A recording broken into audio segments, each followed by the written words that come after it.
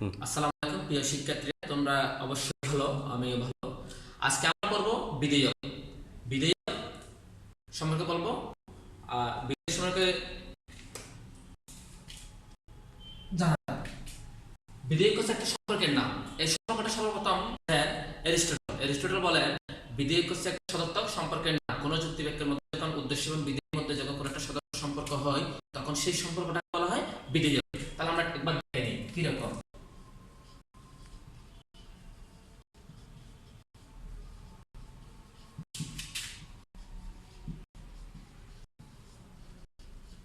সকল মানুষ হয় মরণশীল। মানুষ যে সবাই মরণশীল সেটা এই বিধেয় কি করছে, স্বীকার করে নিয়েছে। এই যে স্বীকার একটা করছে, সত্যক স্বীকার, এই স্বীকার অর্থাৎ এই সম্পর্কটাকে বলা হয় বিধেয়। এখন আমরা জানবো বিধেয় কি, কোন যুক্তিবাক্য সদর্থক সম্পর্কটা কি বলা হয় বিধেয়। এই বিধেয় সর্বপ্রথম আবিষ্কার করেন এরিস্টটল, তাকে যুক্তিবিদ্যার জনক বলা হয়। এবার আমরা দেখবো বিধেয় কত প্রকার, কি কি। বিধেয় হচ্ছে 5 প্রকার। কার মতে? পরফিরির মতে।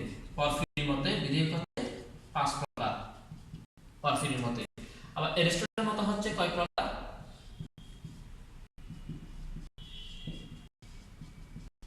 4 প্রকার। তাহলে 90 হিসাবে পরীক্ষা আসতে পারে এরিস্টটলের মতে বিধেয় কত প্রকার।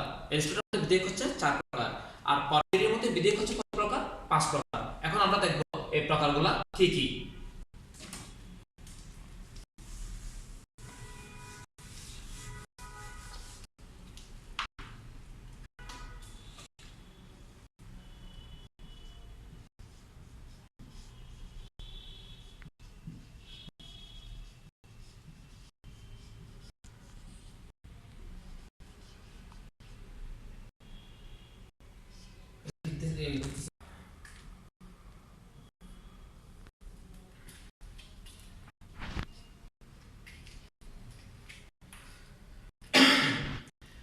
আমরা একটু আগে বলেছি বিধেয় হচ্ছে 5 প্রকার পরফিরির মতে। কার মতে?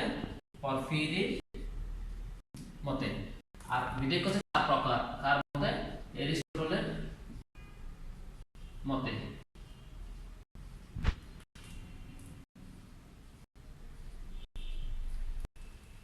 তাহলে হ্যাঁ, এখন আমরা আগে বলেছি পরফিরির মতে বিধেয় হচ্ছে 5 প্রকার, এরিস্টটলের মতে বিধেয় হচ্ছে 4 প্রকার। এখানে যে তিনটা আছে এই তিনটা সব এখানে আছে, শুধুমাত্র সংজ্ঞাটা ছাড়া। সংজ্ঞাটা আমরা যুক্তির সঙ্গে পড়েছি। সংজ্ঞাটা মানে হচ্ছে কোন ব্যক্তি বা বস্তুর পূর্ণ চারিত্রিক উল্লেখকে সংজ্ঞা বলে, যুক্তি সংজ্ঞা বলে। আর আমাদের এটা দরকার নেই। তাহলে যদি শিখলেই হবে যে এরিস্টটলের মতে বিধেয় হচ্ছে 4 প্রকার, পরফিরির মতে বিধেয় হচ্ছে 5 প্রকার। আমরা এতটুকু আলোচনা করলে ইনশাআল্লাহ বাকিটা হয়ে যাবে। এবার আমরা এই পরফিরির আলোচনা করব, এটা আমাদের দরকার নাই।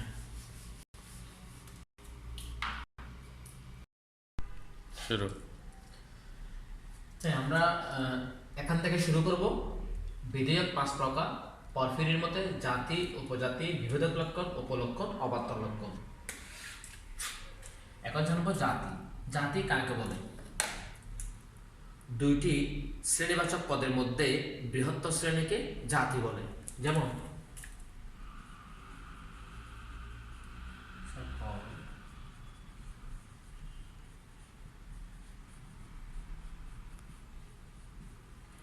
এখানে এটা একটা শ্রেণীবাচক পদ, এটা একটা শ্রেণীবাচক পদ।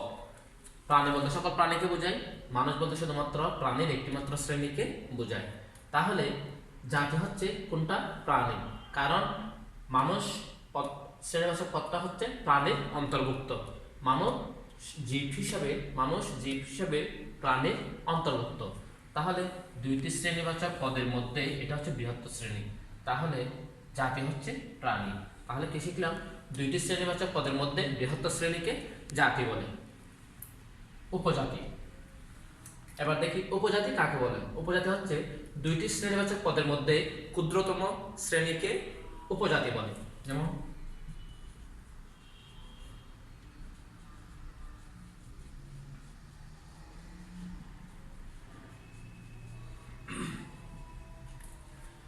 উপজাতি দুইটি জাতি, উপজাতি।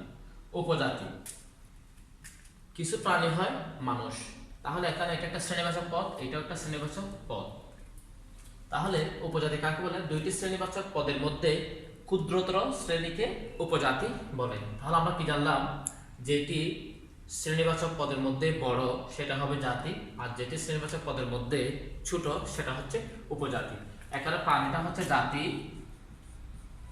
আর এটা হচ্ছে উপজাতি। তাহলে আমরা কি জানলাম? দুইটি শ্রেণীবাচক পদের মধ্যে বৃহত্তর শ্রেণীকে জাতি বলে, দুইটি শ্রেণীবাচক পদের মধ্যে ক্ষুদ্রতর শ্রেণীকে উপজাতি বলে। আমরা এখন জানবো বিভেদক লক্ষণ। আমরা জানি বিভেদক লক্ষণ হচ্ছে বিভেদ, যে লক্ষণ অর্থাৎ যে গুণ বা গুণাবলী বিভেদ সৃষ্টি করে। বিভেদক লক্ষণ মানে হচ্ছে যে গুণ বা গুণাবলী একটি শ্রেণীকে অপর আরেকটি শ্রেণীকে আলাদা করে। যে গুণ দ্বারা একটি শ্রেণী অপর একটি শ্রেণী থেকে আলাদা তাকে বিভেদক লক্ষণ বলে। একটা উদাহরণের মাধ্যমে দেখা যাক।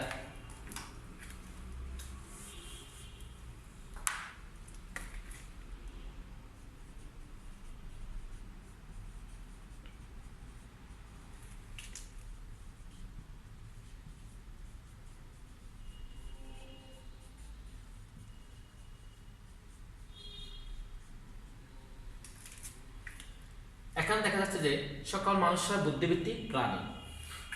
এই বুদ্ধিবৃত্তির কারণে মানুষ পৃথিবীর অথবা অন্যান্য সকল প্রাণী থেকে আলাদা। তাহলে এই বুদ্ধিবৃত্তিটা হচ্ছে মানুষ পদের বিভেদক লক্ষণ। তাহলে বিভেদক লক্ষণ কাকে বলে? যে গুণ বা গুণাবলী দ্বারা একটি শ্রেণী অপর আরেকটি শ্রেণী থেকে আলাদা বা আলাদা করা বোঝায় তাকে অথবা সেই লক্ষণকে বিভেদক লক্ষণ বলে। মানুষ পদের বিভেদক লক্ষণ হচ্ছে বুদ্ধিবৃত্তি, আর এই গুণের কারণেই মানুষ অন্যান্য সকল প্রাণী থেকে আলাদা। আশা করি ক্লিয়ার। এখন আমরা জানবো উপলক্ষণ কাকে বলে। উপলক্ষণ হচ্ছে সেই গুণ বা গুণাবলী, যে গুণ বা গুণাবলী জাইত্যার্থের অংশ নয় কিন্তু জাইত্যার্থ থেকে অনিবার্যভাবে নিঃসৃত হয়, তাকে উপলক্ষণ বলেন। হ্যাঁ, এখন তোমাদের মনে একটা প্রশ্ন আসতে পারে, জাইত্যার্থ বিষয়টা কি? তাহলে আমরা একটু দেখে নিই জাইত্যার্থ কি। তাহলে এগুলো একটু মুছে ফেলি, দরকার নাই।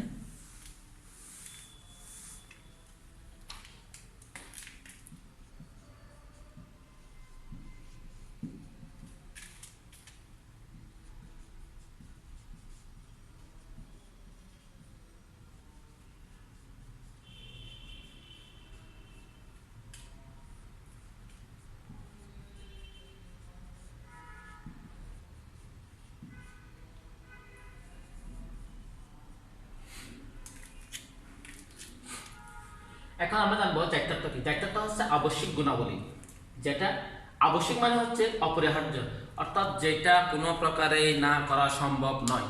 তাহলে মানুষের জাইত্যার্থ কোনটি? বুদ্ধিবৃত্তি। এই বুদ্ধিবৃত্তি গুণটা বা আবশ্যিক সত্যটা বা অপরিহার্য সত্যটা যদি না থাকতো মানুষ কখনোই মানুষ হইতো না, মানুষ ওই অন্যান্য প্রাণীর মতো আরেকটি প্রাণী হইতো। তাহলে মানুষ পদের বুদ্ধিবৃত্তি হচ্ছে কোনটা? জাইত্যার্থের অংশটা আমরা যেটা বোঝাচ্ছি সেটা। তাহলে মানুষ পদের জাইত্যার্থ হচ্ছে কোনটা? বুদ্ধিবৃত্তিটা হচ্ছে মানুষ পদের জাইত্যার্থ। তাহলে আমরা জেনে গেলাম জাইত্যার্থ কি। জাইত্যার্থ হচ্ছে কোনো ব্যক্তি বা বস্তুর আবশ্যিক গুণাবলী অথবা অপরিহার্য সত্য, যে সত্য বা যে গুণ না থাকলে ওই বিষয়টা কখনোই ওই প্রাণী বা শ্রেণী হিসাবে কি হবে না? বিবেচিত হবে না। তাহলে এখন আমরা জানবো উপলক্ষণ।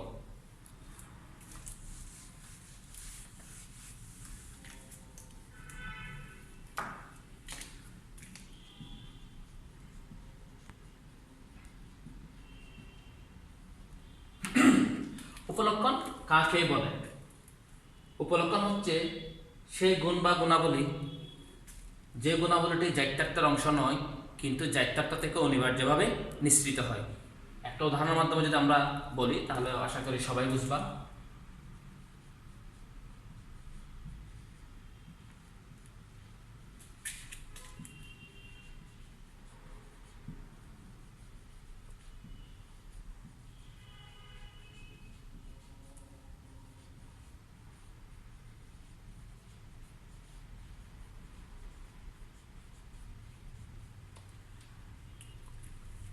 মানুষ হচ্ছে বিচার ক্ষমতা সম্পন্ন বুদ্ধিবৃত্তি প্রাণী। তাহলে বুদ্ধিবৃত্তি হুবহু বিচার ক্ষমতা কিন্তু একই নয়, কিন্তু বুদ্ধি আছে বলেই আমরা বিচারটা করতে পারি। বিচার ক্ষমতা আলাদা করে কোনো মানুষের দায়িত্ব নয়। মানুষের দায়িত্ব হচ্ছে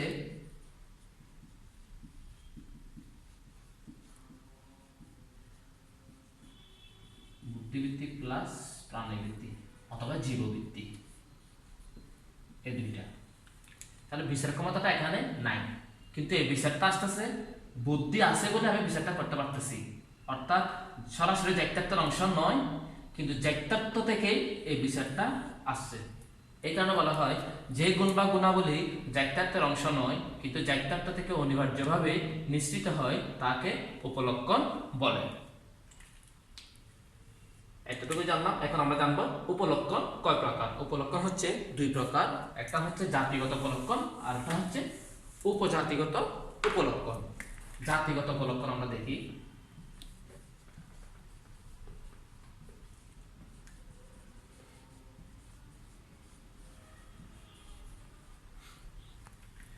জাতিগত উপলক্ষণ কাকে বলে? জাতিগত উপলক্ষণ হচ্ছে সেই গুণ বা গুণাবলী, যে গুণ বা গুণাবলী একটি শ্রেণীর মধ্যে সকলের কাছে থাকে। যেমন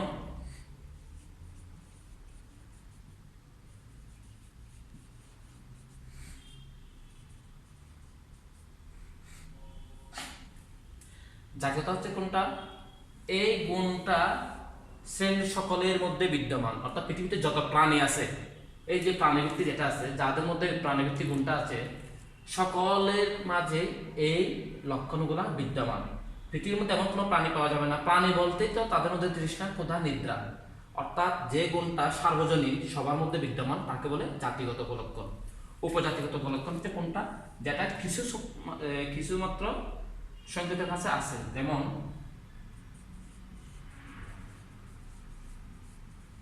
বিচার বুদ্ধি, জ্ঞান, মূল্যবোধ, সততা, এই ধরনের ধার্মিকতা, অর্থাৎ যে লক্ষণটা শুধুমাত্র উপশ্রেণী অর্থাৎ সার্বিক না হয়ে কোন একটা শ্রেণীর মধ্যে বিদ্যমান তাকে বলা হয় উপজাতিগত উপলক্ষণ। আর যেটা সকল প্রাণীর মধ্যে বিদ্যমান সেটা হচ্ছে জাতিগত। আর যেটা প্রাণীর মধ্যে কেবলমাত্র একটি শ্রেণীর মধ্যে বিদ্যমান তাকে বলা হয় উপজাতিগত। এগুলো শুধুমাত্র মানুষ শ্রেণীবাচক পদের মধ্যে বিদ্যমান। তাহলে আমরা কি জানলাম? যে গুণটা সার্বজনীন সকল প্রাণীর মধ্যে বিদ্যমান সেটা হচ্ছে জাতিগত উপলক্ষণ, আর যে গুণটা কেবলমাত্র একটি শ্রেণীর মধ্যে বিদ্যমান সেটা হচ্ছে উপজাতিগত উপলক্ষণ। আশা করি ক্লিয়ার। এখন আমরা জানবো অবান্তর লক্ষণ।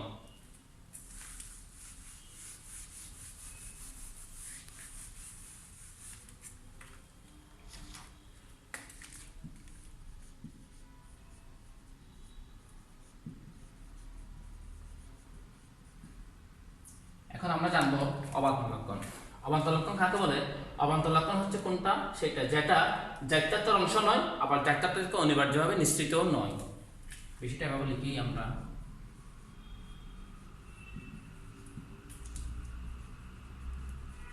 জ্ঞাতত্বের অংশ নন,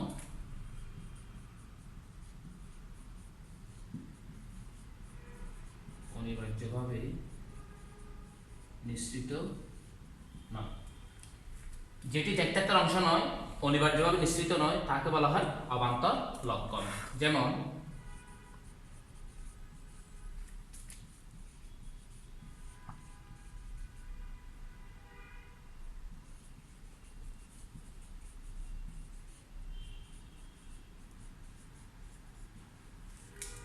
এই কৌতূহলটা বুদ্ধিবৃত্তি এবং প্রাণবৃত্তি কোনোটার অংশ নয়। এটা শুধুমাত্র একটা ব্যক্তির অথবা একজন ব্যক্তির বা কিছু সংখ্যক ব্যক্তির কিছু বৈশিষ্ট্য। একজন মানুষ কৌতূহলের সহিত কথা বলে, একজন মানুষ হেসে কথা বলে, একজন মানুষ শান্তিপ্রিয়, একজন মানুষ কম কথা বলে, অর্থাৎ মিতভাষী।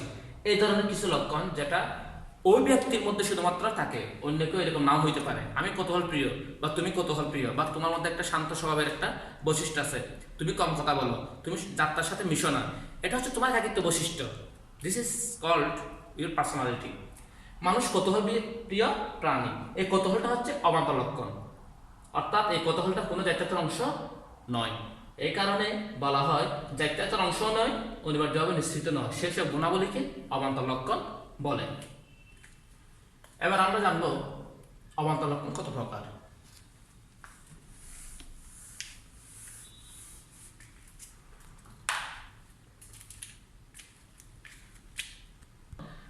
এখন আমরা জানবো অবান্তর লক্ষণ।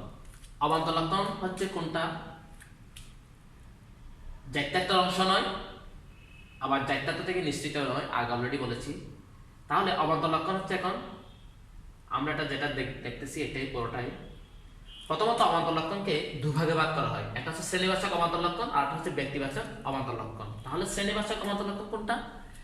যে গুণ বা গুণাবলী বা যে লক্ষণ বা যে বৈশিষ্ট্যটা একটি শ্রেণীবাচক পদ সকলের মধ্যে বিদ্যমান, সবার মাঝে বিদ্যমান, তাকে বলা হয় শ্রেণীবাচক। আর ব্যক্তিবাচক হচ্ছে কোনটা? কেবলমাত্র একটিমাত্র বিষয়ের উপর এবং একটিমাত্র শ্রেণীবাচক, এটা করতে হয় ব্যক্তিবাচক থেকে। ব্যক্তিবাচক হচ্ছে কোনটা? যেটা নির্দিষ্ট কোনো বিষয় বা বস্তুর মধ্যে বর্তমান, সেটা হচ্ছে ব্যক্তিবাচক। এই দুইটাকে আবার দুভাগে ভাগ করা হয়, একটা হচ্ছে বিচ্ছেদ্য, একটা হচ্ছে অবিচ্ছেদ্য। তাহলে অবিচ্ছেদ্যটা কি? কাকের গায়ের রং।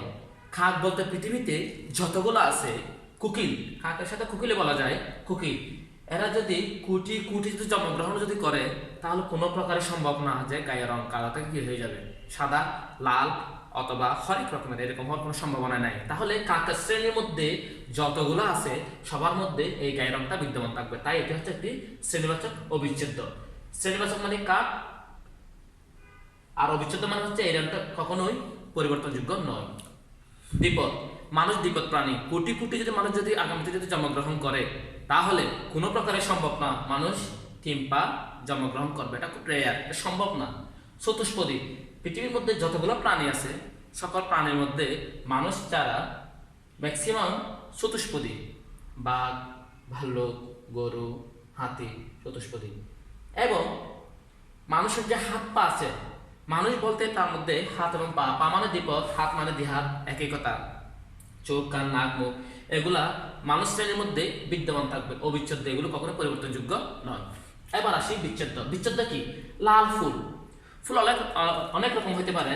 ফুল আমরা সাদা ফুল দেখেছি, লাল ফুল দেখেছি, কালো ফুলও দেখেছি, আর বিভিন্ন ধরনের রং মিশানো ফুল দেখেছি, পরিবর্তনযোগ্য।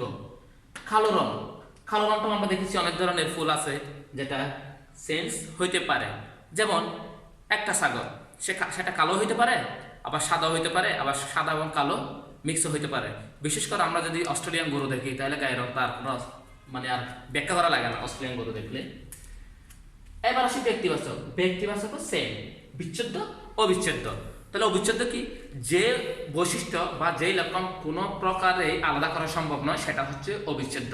আর যেটা আলাদা করা সম্ভব সেটা হচ্ছে বিচ্ছেদ্য। অবিচ্ছেদ্য কি? জন্মস্থান, তারিখ। এই জন্মস্থান, তারিখ কখনোই কিনা পরিবর্তনযোগ্য নয়। আমি আমেরিকায় গেলেও যে জায়গায় জন্ম হয়েছে আমার, ওই জায়গাটা আমার জন্মস্থান হিসেবে বিবেচিত হবে। এরপর হচ্ছে বিচ্ছেদ্য। পোশাক, চুল, ক্যাপ, অভ্যাস, শান্তিপ্রিয়, অভ্যাস অর্থাৎ কৌতূহল, যেটা বলছিলাম আমি, এই বিচ্ছেদ্যগুলো হচ্ছে ব্যক্তিবাচক পদের কি লক্ষণ। পোশাক, আমি আজকে এরকম পড়ছি, কালকে তুমি অন্যরকম পড়তে পারো। পোশাক, তোমার মানে মেয়ে হলে তোমার কাছে সেলর থাকবে আর আমার কাছে শার্ট থাকবে, এতটুকু ডিফারেন্স, ঠিক আছে। চুল, তোমার লম্বা আমার খাটো। ক্যাপ, তুমি পড়তে পারো আমিও পড়তে পারি, না পড়লে কোনো সমস্যা নেই। অভ্যাস, তোমার এক অভ্যাস রাত 10টায় ঘুম যাবা আর দিনে 10টায় উঠবা, হইতে পারে অভ্যাস। শান্তিপ্রিয়, আবার অনেক আছে টকাটিভ, ঠিক আছে। যাই হোক, কেউ শান্তিপ্রিয়, কেউ কৌতূহল, কেউ রসিক, এক এক ধরনের এক এক অভ্যাস মানুষের মধ্যে আছে, যেটা অন্য সকল মানুষের মধ্যে নাও থাকতে পারে। এই জন্য বলা হয় যে লক্ষণগুলা শুধুমাত্র ব্যক্তির ক্ষেত্রে বিদ্যমান, সেটা হচ্ছে বিচ্ছেদ্য, ব্যক্তিবাচক, অবান্তর লক্ষণ। আর যে অভ্যাসগুলা কখনোই বিচ্ছেদ করা সম্ভব নয়, অবিচ্ছেদ্য, যেমন জন্মস্থান, তারিখ, এগুলো কখনো পরিবর্তনযোগ্য সম্ভব না। আমি আমেরিকা গেলেও আমার জন্মস্থানটা একই থাকবে, তাহলে এই ধরনের স্থান এবং তারিখকে বলা হবে অবিচ্ছেদ্য, ব্যক্তিবাচক, অবান্তর লক্ষণ। আর যে গুণ বা যে বৈশিষ্ট্যগুলা সকল শ্রেণীর মধ্যে বিদ্যমান থাকে, তাকে বলা হয় অবিচ্ছেদ্য, শ্রেণীবাচক, অবান্তর লক্ষণ। আর যে লক্ষণগুলা শ্রেণীবাচক পদের মধ্যে পরিবর্তনযোগ্য, অর্থাৎ পৃথিবীর মধ্যে ফুল অনেকগুলাই আছে কিন্তু সকল ফুল একই রকম নয়, তাই এই পরিবর্তনযোগ্য শ্রেণীবাচক অবান্তর লক্ষণ বলে। এই পরিবর্তনযোগ্য কি দেয়, এই লক্ষণ দেয়। এইসব লক্ষণ আর এইগুলা আর বিচ্ছেদ্য সবগুলা হচ্ছে অবান্তর লক্ষণ। এইগুলাকে দুই ভাগে, আবার দুই ভাগে 4 ভাগে ভাগ করা হয়েছে। ধন্যবাদ। আশা করি সবাই এই চার্টটা দেখেই বুঝতে পারতেছ যে বেশিটা আসলে অনেকটা গ্রাফের মতো। তোমরা চাইলে এখান থেকেও তোমরা নোট করতে পারো, সুবিধা হবে। তবে একটা দেখার সময় বা পড়ার সময় যদি কখনো একটা ভিডিওটা যদি ভিডিও করো, খাতা নিয়ে নিবা, খাতা নেওয়ার পরে এভাবে ছাট আকারে লিখে ফেলবা, লিখে ফেলার পরে আবার পুনরায় শুনবা। আশা করি ক্লিয়ার হয়ে যাবে। আর কোনো প্রকার যদি প্রশ্ন থাকে তাহলে সেটা কমেন্টের মাধ্যমে জানাই দিবা। আর এর পরবর্তী নেক্সট লেকচার পাওয়ার জন্য অবশ্যই সাবস্ক্রাইব করবেন, কারণ সাবস্ক্রাইব করলে একটা সুবিধা কি, আপনাকে আবার খুঁজতে হবে না, সরাসরি আপনার মোবাইলে গিয়ে কি করবে, ভিউ হবে, নোটিফিকেশনটা আপনার মোবাইলে যাবে। তাই সাবস্ক্রাইব করুন। নেক্সট ভিডিওতে ইনশাল্লাহ আপনাদের চাহিদা মতো হবে। এটা একটা নতুন চ্যানেল, আপনাদের উৎসাহ আমাদের প্রেরণা যোগাবে। আমি সেই দিন হব সুখী যেদিন আপনি হবেন সফল। ধন্যবাদ।